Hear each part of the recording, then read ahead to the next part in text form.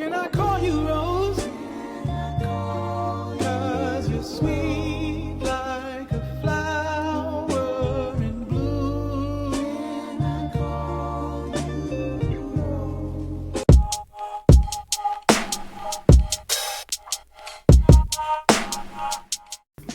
அஸ்ஸலாமு அலைக்கும் all, welcome back to my channel. எல்லாரும் எப்படி இருக்கீங்க? இன்னைக்கு நான் பார்த்தீங்கன்னா உலக அதிசயமாக வந்து saree கட்டியிருக்கேன். நான்லாம் பார்த்தீங்கன்னா வருஷத்தில் ஒரு 4-5 தடவை saree கட்டினாலே ஒரு பெரிய விஷயம் மாதிரி தான். ஸோ இப்போ நான் எங்கே வந்து saree கட்டிட்டு கிளம்பிட்டேன்னு பார்த்தீங்கன்னா ஒரு விருந்துக்கு தான். ஆக்சுவலி என் அண்ணன் வீட்டில் சாப்பிட கூப்பிட்டுருந்தாங்க, அதை தான் வந்து விருந்துன்னு சொன்னேன். புது வீட்டுக்கு ஷிஃப்ட் பண்ணுறாங்கன்னு சொல்லிட்டு கடைசி வீடியோவில் சொல்லியிருந்தேன்ல. ஸோ வீடெல்லாம் வந்து செட் பண்ணி முடிச்சுட்டாங்க போல், அதான் வீட்டுக்கு கூப்பிட்டுருக்காங்க.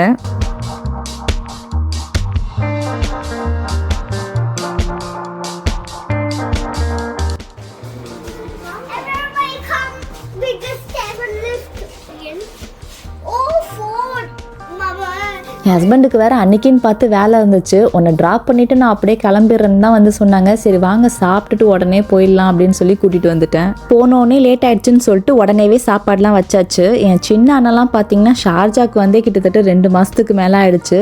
ஸோ அவங்கள தான் வந்து எப்போ மீட் பண்ண போகிறோன்னு தெரியல. என் பெரிய அண்ணன் ஏதோ பக்கத்துலேயே இருக்கிறதுனால அப்பப்போ மீட் பண்ண முடியுது. அன்றைக்கி சாப்பாடு பார்த்தீங்கன்னா எங்களுக்கு ரொம்ப ரொம்ப ஃபேவரட்டான சிக்கன் கப்ஸா தான். நான் கூட நம்மளோட சேனலில் இந்த ரெசிபி வந்து போட்டிருக்கேன், நீங்களும் பார்த்துருப்பீங்கன்னு நினைக்கிறேன். கண்டிப்பாக வந்து அப்படி ட்ரை பண்ணி பாருங்க, செம்ம டேஸ்ட்டாக இருக்கும். ஸோ சாப்பிட்டு முடிச்சுட்டு பார்த்தீங்கன்னா அந்த டே அப்படியே போயிடுச்சு. மறுநாள் எங்கேயாச்சும் வெளியில் போகலான்னு சொல்லிட்டு கிளம்பியிருந்தோம். ஜெபல் ஜெய்ஸ்க்கு தான் போகலான்னு சொல்லி பிளான் பண்ணியிருந்தோம். சாப்பாடுலாம் பார்த்தீங்கன்னா எதுவுமே சமைச்சுலாம் எடுத்துக்கல. அப்படியே போகிற வழியில் வந்து ஹோட்டலில் வாங்கிட்டு போயிடலாம், அங்கே மலை மேலேயே உட்காந்து சாப்பிட்றலாம் அப்படின்னு சொல்லி தான் வந்து பிளான் பண்ணியிருந்தோம். அங்கே ராசல் கைமால பார்த்தீங்கன்னா ஜப்பார் பாய் பிரியாணி இருந்துச்சு. இன்னும் நிறையா பிரியாணி கடை ட்ரை பண்ணி பார்த்தோம், எல்லா இடத்துலையுமே வந்து முடிஞ்சிருச்சுன்னு சொல்லிட்டாங்க. நம்ம ஜப்பார் பாய் கடையில் மட்டும்தான் வந்து அவைலபிளாக இருந்துச்சு.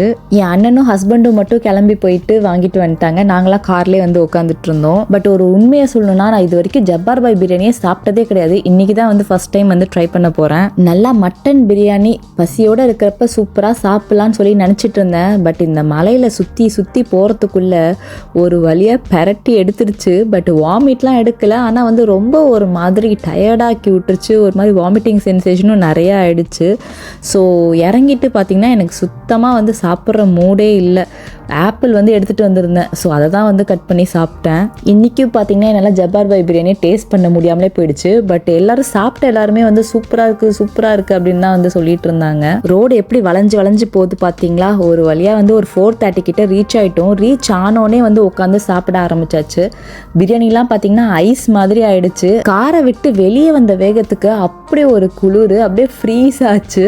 உடனேவே எல்லாருமே வந்து டக்குன்னு ஸ்வெட்டர்லாம் எடுத்து மாட்டியாச்சு குழந்தைங்களுக்கு. எங்களுக்கே அவ்வளோ கூலிங்காக இருந்துச்சு. பட் போயிட்டு கொஞ்ச நேரத்தில் வந்து நமக்கு அந்த கூலிங் வந்து செட் ஆகிடும். அதுக்கடுத்து நின்று எல்லாம் வளைச்சு ஃபோட்டோ மட்டும்தான் வந்து எடுத்து முடிச்சோடனே பார்த்தீங்கன்னா இருட்டிடுச்சு. நாளைக்கு வேற மண்டே ஸ்கூல் இருக்குது. ஸோ சீக்கிரம் போயிட்டு தூங்க வச்சாகணும்.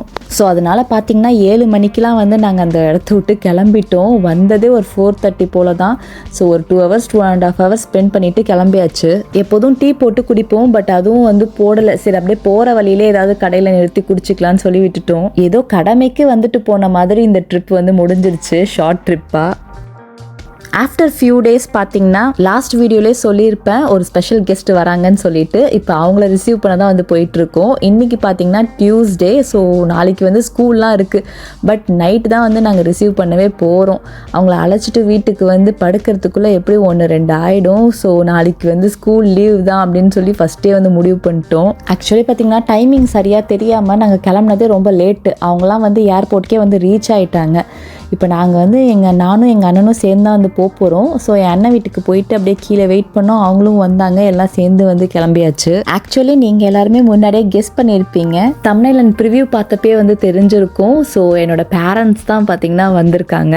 என்னடா பேரண்ட்ஸை ஸ்பெஷல் கெஸ்ட்டுன்னு சொல்லிட்டேனேன்னு பார்க்குறீங்களா? ஸோ அப்படி சொன்னால் தானே உங்களுக்கு கொஞ்சம் கன்ஃபியூஸ் ஆகும், நீங்கள் கண்டுபிடிக்க மாட்டீங்க. ஸோ அதனால தான் வந்து அப்படி சொன்னேன். நாங்கள் ஏர்போர்ட் போகிறதுக்குள்ளே பார்த்தீங்கன்னா அவங்க வெளியிலே வந்துட்டாங்க. என் அண்ணனும் ஹஸ்பண்டும் பார்த்தீங்கன்னா வாக்கிங் போட போயிருக்காங்க. நானும் பாபி வந்து டக்குன்னு கீழே இறங்கி வந்து நடக்க ஆரம்பிச்சிட்டோம். கடைசியில் பார்த்திங்கன்னா நாங்கள் அரைவலுக்கு போகிறதுக்கு பதிலாக போயிட்டு டிபார்ச்சருக்கு வந்து போயிட்டோம். அப்புறம் அவங்க எங்கே நிற்கிறாங்கன்னு தேடி கண்டுபிடிக்கிறதுக்கே பார்த்திங்கன்னா ரொம்ப நேரம் ஆயிடுச்சு. ஸோ ஒரு வழியாக பார்த்திங்கன்னா கண்டுபிடிச்சாச்சு. வெளில தான் வந்து நின்றுட்டு இருந்தாங்க. என் டேடிக்கு தான் பார்த்திங்கன்னா பயங்கர சந்தோஷம். அவங்களுக்கு எங்கெல்லாம் விட்டுட்டு அங்கே தனியாகவே இருக்க முடியல, எப்போடா வருவோன்னு சொல்லிட்டு காத்துட்டே இருந்தாங்க. ஃபைனலி வந்தாச்சு. என் சின்ன அண்ணா தான் பார்த்திங்கன்னா இந்த மொமெண்ட்டில் வந்து மிஸ் ஆகிட்டாங்க. அபுதாபியில் இருக்கிறதுனால அவங்களால வர முடியல. வீக்கெண்டாக இருந்தால் கண்டிப்பாக வந்திருப்பாங்க. ஸோ இவங்க வீக் டேஸில் டிக்கெட் போட்டதுனால அவங்க மட்டும் வந்து மிஸ் ஆகிட்டாங்க. 2 months பிஃபோரே பார்த்திங்கன்னா டிக்கெட் போட்டாச்சு. அப்போத்துலேருந்து இப்போ வரைக்கும் என் கிட்ஸ் வந்து கவுண்டிங் வந்து கேட்டுகிட்டே இருப்பாங்க. இன்னும் 50 டேஸா 40 டேஸா 30 டேஸான்னு கொஞ்சம் கொஞ்சமாக குறைஞ்சி வரத்துக்குள்ளே ஃபைனலி அந்த டே வந்துருச்சு. ஸோ என் பேரண்ட்ஸை பார்த்திங்கன்னா 5 months ஆயிடுச்சு. ஆஃப்டர் 5 months இப்போ தான் வந்து மீட் பண்ணுறோம். அல்ஹம்துலில்லாஹ். பார்க்கிங் வந்து வெளில தான் வந்து போட்டிருந்தாங்க. ஸோ கொஞ்சம் தூரம் நடந்து போகிற மாதிரி இருந்துச்சு.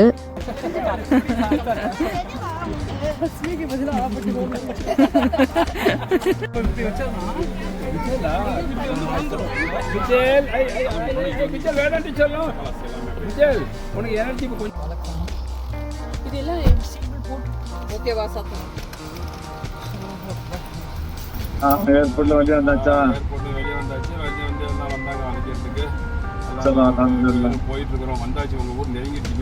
ரிட்டனில் வரப்போ பார்த்தீங்கன்னா நான் என் அண்ணன் காரில் வந்து ஏறிக்கிட்டேன். கிட்ஸ் எல்லாம் என்னோட வண்டிக்கு வந்து அனுப்பிச்சாச்சு. ஸோ அண்ணன் வீட்டுக்கு தான் பார்த்தீங்கன்னா போயிருந்தோம். மம்மி டாடி அப்படியே ட்ராப் பண்ணிவிட்டு கொஞ்சம் நேரம் டைம் ஸ்பெண்ட் பண்ணிவிட்டு கிளம்புவோம் அப்படின்னு சொல்லிட்டு. ஸோ மெயினாக என் அண்ணன் பார்த்தீங்கன்னா பேரண்ட்ஸ்க்காகவே தான் வந்து புது வீடு சேஞ்ச் பண்ணதே, அவங்களுக்கும் கொஞ்சம் கம்ஃபர்டபுளாக இருக்கணும்னு சொல்லிட்டு. எனக்கு வீட்டுக்குள்ளே போனோன்னே பார்த்தீங்கன்னா வீடியோ எடுக்கணுன்றதே மறந்தே போயிடுச்சு அவங்கள்ட்ட பேசிகிட்டு இருந்ததில். ஸோ போயிட்டு லைட்டாக வந்து டிஃபன் வந்து செஞ்சுருந்தாங்க, இட்லி சட்னின்னு சொல்லிட்டு. ஸோ அதெல்லாம் சாப்பிட்டுட்டு ஒரு டீயை குடிச்சிட்டு பார்த்திங்கன்னா நான் என் வீட்டுக்கு வந்து கிளம்பிட்டேன். நாளைக்கு தான் பார்த்திங்கன்னா ஈவினிங்காக வந்து மறுபடியும் விசிட் பண்ணணும்.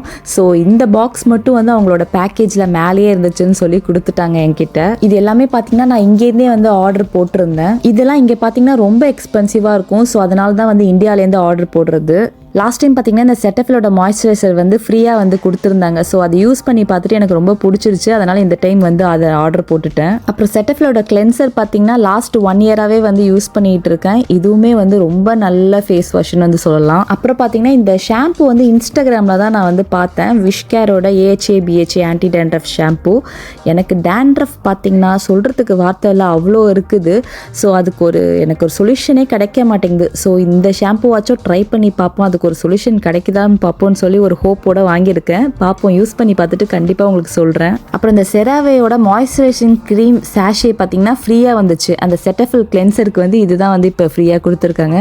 ஸோ இந்த தடவை இதை ட்ரை பண்ணி பார்ப்போம். டேண்ட்ரஃப் அதிகமாக இருக்கிறதுனாலையும் என்னமோ ஹேர் ஃபால் பற்றி சொல்லவே தேவையில்ல, அவ்வளோ கொட்டுது. ஒரு காலத்தில் என்னோட ஹேர் பார்த்திங்கன்னா அடர்த்தியாக இருக்கும், இப்போ வந்து வால் மாதிரி ஆயிடுச்சு. ஸோ இந்த ரோஸ்மெரி யூஸ் பண்ணி பார்க்கலாம். எசென்ஷியல் ஆயில் வந்து வாங்கியிருந்தேன். விஷ்கேர்லேருந்து அதுவும் வாங்கியிருந்தேன். அப்புறம் ஸ்விஸ் பியூட்டிலேருந்து இந்த லிப் க்ரைன் வந்து ஆர்டர் போட்டிருந்தேன். ஸோ இன்னைக்கு பேரண்ட்ஸை ரிசீவ் பண்ண சந்தோஷத்தில் பார்த்திங்கன்னா அந்தளவுக்கு என்னால் வந்து வீடியோ கிளிப்பிங்ஸ் எடுக்க முடியல.